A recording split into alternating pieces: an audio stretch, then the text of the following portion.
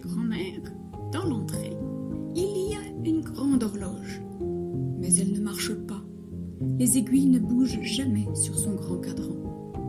Une fois, j'ai ouvert la porte de l'horloge pour voir ce qui n'allait pas. Mais il n'y avait rien à l'intérieur, à part un parapluie, une canne et le portrait d'un roi avec un monocle. « Il faudrait réparer l'horloge, » ai-je dit. « Pourquoi ?» a dit grand-père. « Elle donne l'heure exacte 2 fois par jour. »« Pourquoi ?» a dit grand-mère. « J'ai tellement d'horloges pour me donner l'heure. » Il n'y a qu'une seule horloge chez grand-mère. Je le savais bien. « Où sont-elles » ai-je demandé. « Où sont-elles » ai-je demandé. Quand j'écoute mon cœur qui bat, j'entends passer les secondes. Si les choses qui nous arrivent nous passionnent et nous excitent, elles passent beaucoup plus vite, tu as remarqué. Les instants sont bien plus courts que les secondes. Le temps d'un battement de cils et les voilà partis. 1 minute, c'est le temps qu'il faut pour penser à quelque chose et le transformer en mots. En 2 minutes, je lis une page de mon livre.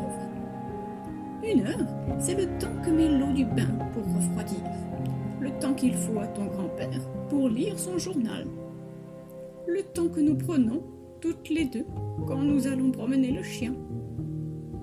Le matin, je peux deviner l'heure à l'ombre qui raccourcit au pied du magnolia. Quand elle s'allonge à nouveau, je sais que la journée est près d'être finie. Chaque matin, les oiseaux me réveillent de leur chant matinal. Et chaque soir, je regarde par la fenêtre et je vois les lumières dans les autres maisons qui clignotent et font signes aux bateaux attardés. Rentrez vite, c'est l'heure de dîner. Rentrez vite, c'est l'heure de se coucher. Quand ta maman vient t'embrasser dans ton lit, toi aussi, tu sais que la journée est finie. Mais comment sais-tu quel jour on est ? Ai-je demandé à grand-mère. Ça aussi, c'est facile, a-t-elle répondu.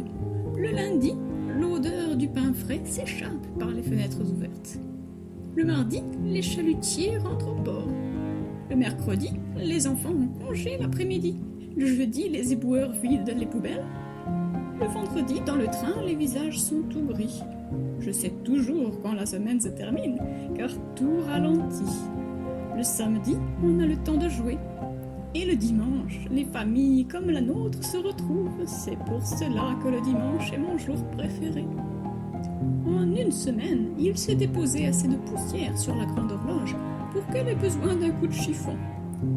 En l'espace d'1 mois, la lune croît et décroît.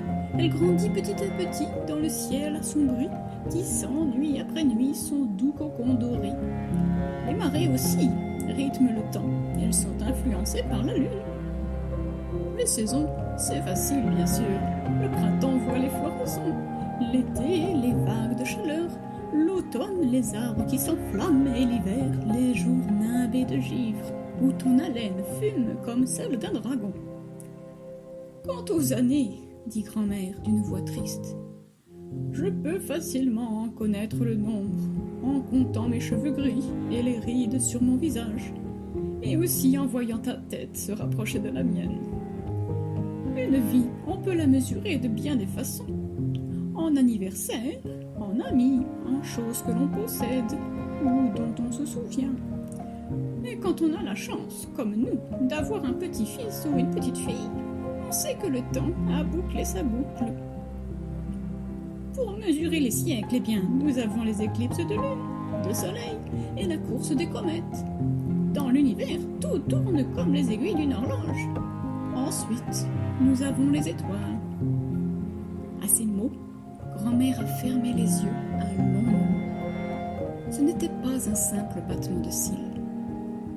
Ce que disent les étoiles, a repris grand-mère, c'est que le temps est tellement grand qu'aucune montre, aucune horloge ne peut le contenir tout entier. Pas même la grande horloge de l'entrée. pourtant, tu en as tout de même besoin de la grande horloge, ai-je dit à grand-mère. Grand-mère a soupiré. Pourquoi ça a-t-elle dit. Eh bien, si tu ne l'avais pas, où mettrais-tu ton parapluie alors? Et la canne de grand-père? Et le portrait du roi avec son monocle?